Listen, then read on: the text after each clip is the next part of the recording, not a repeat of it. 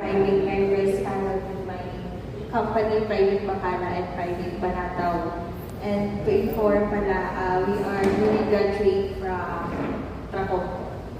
So to answer the question na how we are today, so sa aming discussion po kanina, pare-parehas po kami ng emotion, which is we are happy, lalong-lalo na kasi nasa answered prayer na po kami ngayon. Wow. Before, we are asking God's provision for us from processing up to sa training, and ngayon nasa unit na ng artillery.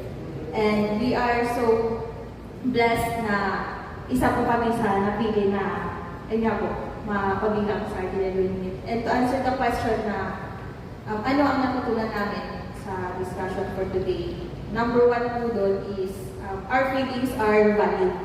May it be happy, may it be sad. Kung ano-ano man po yun, hindi man pare-parehas, but it is all valid.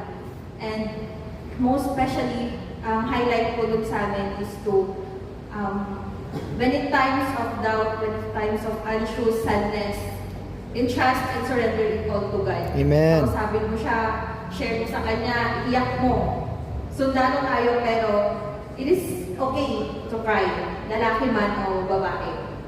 And most especially after i-share, ask for strength, ask for guidance na kung ano man yung problema na hinaharap, mabibigyan siya ng solution.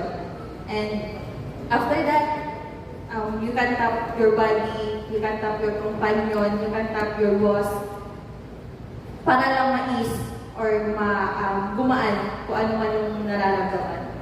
And most especially,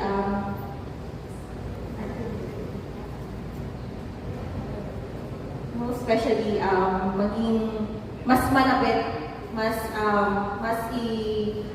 magiging strengthen yung faith and relationship natin kay Lord, especially sa profession natin today. Yan lang po. Good afternoon again.